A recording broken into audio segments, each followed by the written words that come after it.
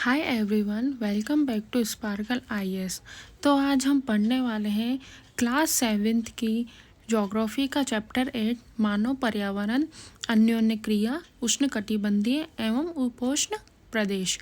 तो इससे पहले के जो चैप्टर है 1 से 7 वो हम पढ़ चुके हैं। उनका लिंक मैं आपको डिस्क्रिप्शन बॉक्स में दे दूँगी। और प्लीज़ आपको यह वीडियो अच्छी लगती है तो please like share and channel को सब्सक्राइब जरूर कीजिए। तो चलिए अब हम पढ़ाई करते हैं। रेणुका बहुत उत्साहित थी। उसके चाचा श्रीकांत लगभग 4 महीने के बाद आज घर में थे। वह एक वन्य जीव फोटोग्राफर थे तथा बहुत यात्रा करते थे। बहुत छोटी उम्र से ही रेणुका की रुचि वन्य जीव एवं वनों में थी। जब उसके चाचा ने प्रकृति संबंधी पुस्तकों से उसका परिचय कराया, दूरस्थ भूस्थल एवं वहाँ रहने वाले लोगों की तस्वीरें उसे हमेशा आकर्षित करती थी। रेणुका, इन तस्वीरों में तुम विश्व के विभिन्न भागों के लोगों को देख सकती हो। इनमें कुछ शुष्क रेगिस्तान से हैं, कुछ बर्फीले प्रदेशों से एवं कुछ गर्म नम वर्षों वनों से हैं। ये मुझसे कितना अलग दिखाई है, रेणुका ने कहा। वे देखने में भले ही अलग हो, लेकिन उनके भोजन, कपड़ा और मकान जैसी जीवन की मूल आवश्यकताएं हमारे समान ही हैं, श्रीकांत चाचा ने कहा।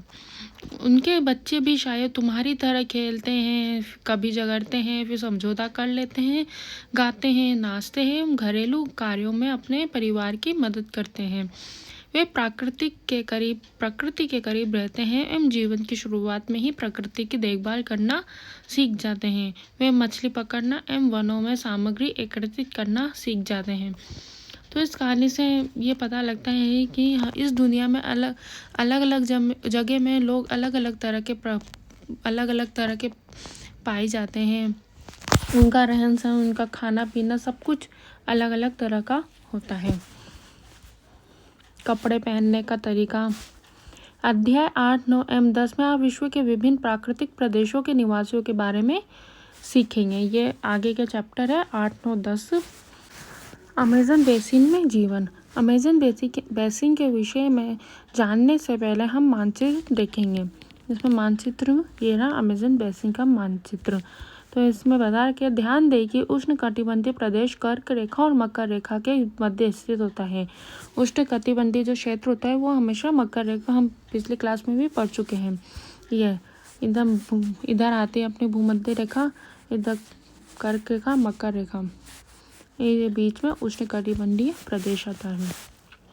भूमध्य रेखा के 10 डिग्री उत्तर से और 10 डिग्री दक्षिण के मध्य को भूमध्य प्रदेश कहा जाता है। ये भूमध्य रेखा है, इधर से ये भूमध्य रेखा, इधर से 10 डिग्री और इधर से 10 डिग्री, इन दोनों के बीच में जो प्रदेश है उसे भूमध्य प्रदेश कहा जाता है।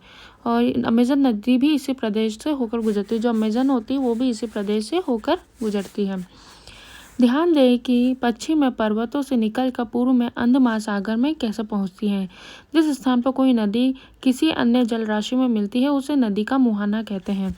जब कोई नदी किसी भी अन्य जलराशि, कुछ भी जलराशि हो, जैसे समुद्र भी हो सकता है, कोई दूसरी नदी भी मिल सकती है, तो जिस नदी में मिलती है अन्य जलराशि मिलती है तो उसे नदी का मुहाना कहा जाता है।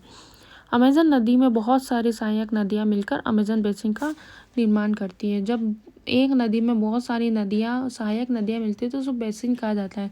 तो इसी प्रकार अमेज़न नदी में भी बहुत सारी सहायक नदियाँ मिलती है तो उसे अमेज़न बेसिन का निर्माण करती है। यह नदी बेसिन ब्राज़ील के भागों में, पेरू के कुछ भागों में, बोलिविया, इक्वाडोर, कोलंबिया तथा वेनेजुएला के छोटे भाग से अप्रभावित होती है। तो इसमें बता रखा है जो भूमध्य है वो कर्क रेखा और मकर रेखा के बीच में पाया जाता है। और ये जब भूमध्य रेखा के ऊपर 10 डिग्री ऊपर, 10 डिग्री उत्तर, 10 डिग्री दक्षिण, तो उसे भूमध्य प्रदेश कहा जाता है। तो वहीं से अमेज़न नदी भी भूमध्य प्रदेश में बहती है। अब है अमेज़न बेसिन की जलवायु। जैसा कि अब आप जानते हैं, अमेज़न बेसिन भूमध्य रेखा के आसपास फैला है और पूरे वर्ष यहाँ गर्म एवं नम जलवायु रहती है। यहाँ का मौसम दिन एवं रात दोनों ही समय लगभग समान रूप से गर्म एवं आर्द्र होता है तथा शरीर में चिपचिपाहट महसूस होती है। इस प्रदेश में लगभग प्रतिदिन वर्षा होती है और यह भी बिना किसी पूर्व चेतावनी के। दिन का तापमान उच्च एवं आर्द्रता अति उच्च होती है। रात के समय तापमान कम हो जाता है लेकिन आर्द्रता वैसी ही बनी रहती है। तो इसमें बताया गया है कि हमने पढ़ा है कि जो अमेज़न बेसिन होता है वो भूमध्य रेखा के आसपास होता है। तो भूमध्य रेखा में कर्क रेखा और मकर रेखा के बीच उष्णकटिबंधीय क्षेत्र होता है।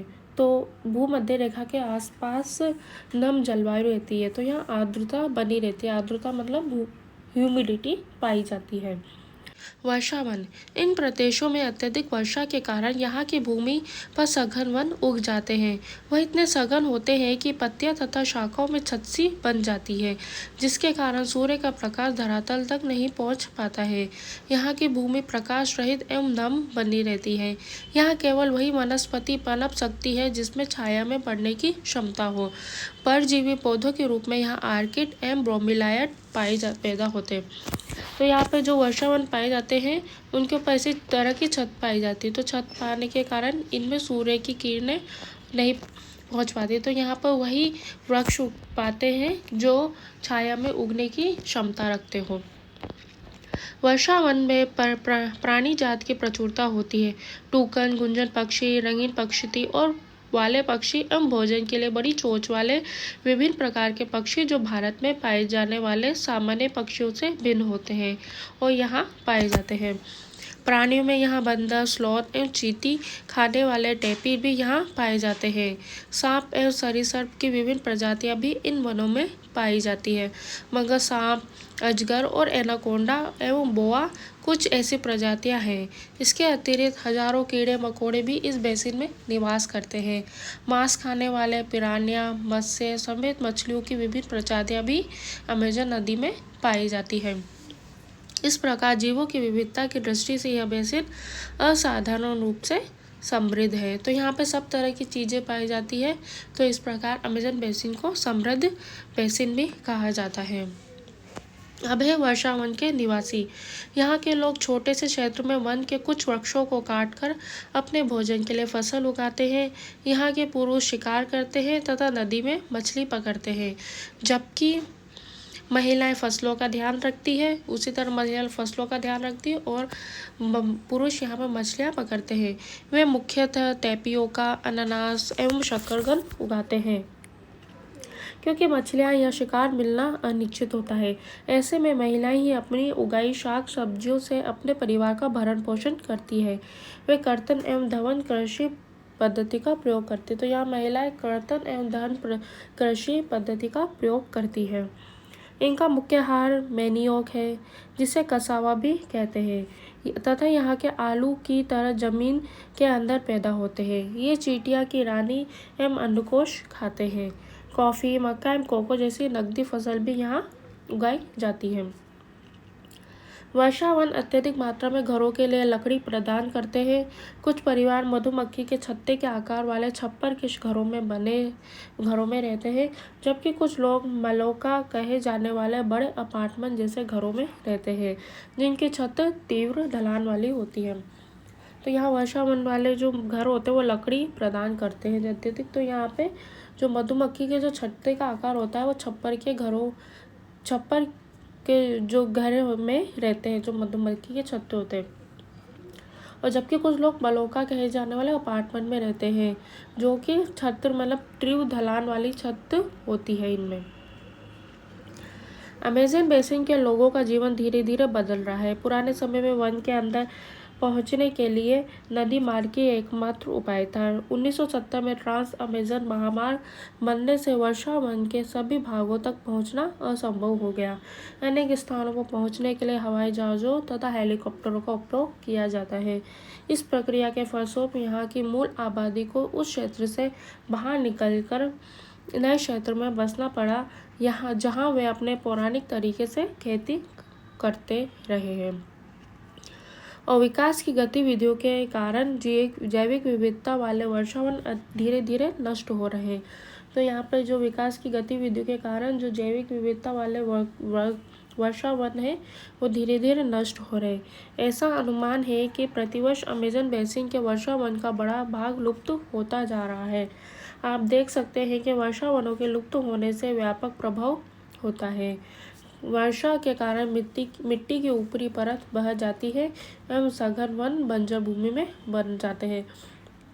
अगर वर्षा होती है तो वहाँ की जो मिट्टी की जो ऊपरी परत होती है वो बह जाती है पानी में, और जो सघन वन है वो बंजर भूमि में बदल जाते हैं। अब अमेज़न बेसिन के बाद का है गंगा एवं ब्रह्मपुत्र बेसिन में जीवन। गंगा तथा ब्रह्मपुत्र की सहायक नदियाँ मिलकर भारतीय उपमहाद्वीप में गंगा ब्रह्मपुत्र बेसिन का निर्माण करती है। यह बेसिन उपोष्ण में 10 डिग्री उत्तर से 30 डिग्री उत्तर अक्षांश के मध्य स्थित है। घाघरा, सोन, चंबल, गंडक, कोसी जैसी गंगा की सहायक नदियाँ एवं ब्रह्मपुत्र की सहायक नदियाँ इसमें प्रभावित होती है। एटलस की सहायता से ब्रह्मपुत्र की कुछ सहायक नदियों के नाम ढूंढें। गंगा एवं ब्रह्मपुत्र के मैदान, पर्वत एवं हिमालय के गिरिपात तथा सुंदर वन डेल्टा इस बेसिन की मुख्य विशेषता है। तो गंगा और ब्रह्मपुत्र एक सुंदरवन डेल्टा का निर्माण करते हैं, जो कि समुद्र में, हमने पिछले कक्षा में पढ़ा है कि जो गंगा और ब्रह्मपुत्र एक सुंदरवन डेल्टा का निर्माण करते हैं। मैदानी क्षेत्र में अनेक चाप झील पाई जाती है। यहाँ की जलवायु मुख्यतः मानसूनी है। मानसून में मध्य जून से मध्य सितंबर के बीच वर्षा होती है। यहाँ पे मध्य जून से मध्य सितंबर के बीच वर्षा होती है। ग्रीष्म ऋतु में गर्मी तथा शीत ऋतु में ठंड होती है। बेसिन क्षेत्र में विभिन्न प्रकार की स्थलाकृतियाँ हैं। जनसंख्या के वितरण में पर्यावरण की प्रमुख भूमिका होती है। तीव्र ढाल वाले पर्वतीय क्षेत्र बसने के लिए प्रतिकूल है, अतः गंगा ब्रह्मपुत्र बेसिन के पर्वतीय क्षेत्र में कम लोग रहते हैं। यहाँ पे गंगा ब्रह्मपुत्र के जो बेसिन है यहाँ पे कम लोग रहते हैं। मानव प्रवास के लिए मैदानी क्षेत्र सबसे उपयुक्त है, अतः यहाँ जनसंख्या घनत्व अधिक है। यहाँ की मिट्टी भी उपजाऊ है। जिन स्थानों पर फसल उगाने के लिए समतल भूमि उपलब्ध है वहाँ के लोग का मुख्य व्यवसाय कृषि है। वो ऑफकोर्स सी बात है, जहाँ पर मतलब कि भूमि समतल होगी तो वहाँ लोग कृषि ही करेंगे। धान यहाँ की मुख्य फसल है। चूँकि धान की खेती के लिए पर्याप्त जल की आवश्यकता होती है, वह उसी क्षेत्र में उगाया जाता है। यहाँ अधिक वर्षा होती है। यहाँ उगाई जाने वाली अन्य फसलें कौन कौन सी है? गेहूँ, मक्का, ज्वार, चना एवं बाजरा है। गन्ना एवं जूट जैसी नकदी फसलें भी उगाई जाती है। मैदान के कुछ क्षेत्रों में केले के बाग भी देखे गए हैं। पश्चिमी बंगाल एवं असम में चाय के बागान मिलते हैं। बिहार एवं असम के मुख्य भागों में सिल्क के कीड़ों का संवर्धन कर सिल्क का उत्पादन किया जाता है। मंद ढलान वाले पर्वतीय एवं पहाड़ियों पर वेदिकाओं में फसलें उगाई जाती हैं। विभिन्न भू आकृतियों के अनुसार वनस्पति में भी विभिन्नता पाई जाती है। यहाँ पर वनस्पति में भी विभिन्नता पाई जाती है। गंगा और ब्रह्मपुत्र के मैदानों में सागवान, साखू एवं पीपल के साथ उष्णकटिबंधीय पर्णपाती पेड़ भी पाए जाते हैं। ब्रह्मपुत्र के मैदान क्षेत्रों में घने बांस के घने झुरमुट पाए जाते हैं। डेल्टा क्षेत्रों में मैंग्रोव वन से घिरा है। डेल्टा जो क्षेत्र वो मैंग्रोव वन से घिरा हुआ है। उत्तराखंड, सिक्किम एवं अरुणाचल प्रदेश की ठंडी जलवायु एवं तीव्र ढलान वाले भागों में चीड़, देवदार एवं फर वाले शंकुधारी पेड़ पाए जाते हैं। और इस बेसिन में विविध प्रकार के वन्य जीव पाए जाते हैं। इसमें हाथी, बाघ, हिरण एवं बंदर आदि सामान्य रूप से पाए जाने वाले जीव हैं। एक सींग वाला गैंडा ब्रह्मपुत्र के मैदानों में पाया जाता है। डेल्टा क्षेत्र में बंगाल टाइगर, मगर एवं घड़ियाल पाए जाते हैं। नदी के साफ जल, झील एवं बंगाल की खाड़ी में प्रचुर मात्रा में जलीय जीव पाए जाते हैं। रोहू, कटला एवं हिल्सा मछलियों की सबसे लोकप्रिय प्रजातियां हैं। मछली एवं चावल इस क्षेत्र में रहने वाले लोगों का मुख्य आहार है। तो ये एक झील है जीविका का साधन, जिसमें बताया गया है विनोद एक मछुआरा है जो बिहार के मतवाली मोन गांव में रहता है। आज वह एक प्रसन्न व्यक्ति है। मछलियों की विविध प्रजातियों को पालने के लिए उसने अपने साथी मछुआरों रविंद्र, किशोर, राजीव तथा अन्य के साथ मोन या चाप झील को साफ किया। झील में उगने वाले स्थानीय खरपतवार मछलियों का भोजन करते हैं। झील के आसपास की भूमि उपजाऊ है। वह इस जमीन पर धान, मक्का एवं दलहन जैसी फसलें बोता है। खेत की जुताई के लिए भैंस का उपयोग किया जाता है। वहाँ के लोग बहुत संतुष्ट हैं। नदी में पकड़ने, खाने और बेचने के लिए काफ़ी मछलियाँ हैं, जिन्हें पकड़कर वो पास के शहरों में भी बेचते हैं। यह समुदाय प्रकृति के साथ समरसता बनाकर रहता है। जब तक पास के शहरों का प्रदूषण इस झील तक नहीं पहुंचता, तब तक मत्स्य पालन को कोई खतरा नहीं है। तो ये एक तरह का उदाहरण दे रखा है। चाप झील में जो मछलियाँ उगती है, साफ झील में मछलियाँ रहती है। अब है गंगा ब्रह्मपुत्र मैदानों में कई बड़े शहरों कस्बे स्थित है। तो इसमें कौन कौन से कस्बे हैं? इलाहाबाद, कानपुर, वाराणसी, लखनऊ, पटना एवं कोलकाता देश जैसे 10 लाख से अधिक आबादी वाले शहर गंगा नदी के तट पर स्थित हैं। इन सभी शहरों तथा यहाँ स्थित उद्योगों का गंदा पानी बहकर नदी में ही जाता है, जिससे नदी प्रदूषित होती है। तो उसमें यह है कि जो शहरों का जो और उद्योगों जो गंदा पानी है वो नदी में जाता है, तो नदी ऑफकोर्स से प्रदूषित होती है। बेसिन में यातायात का सुविकास तंत्र उपस्थित है। आप देख सकते हैं कि गंगा ब्रह्मपुत्र बेसिन में सहायता के 4 मार्ग सुविकसित है। मैदानी इलाकों के लोग सड़क मार्ग एवं रेल मार्ग द्वारा एक स्थान से दूसरे स्थान तक जाते हैं। नदी के तटीय क्षेत्रों में जलमार्ग यातायात का प्रभावशाली माध्यम है। कोलकाता हुगली नदी पर स्थित एक महत्वपूर्ण पतन है। मैदानी क्षेत्र में कई बड़े हवाई पतन भी स्थित है। पर्यटन इस बेसिन की महत्वपूर्ण क्रिया है।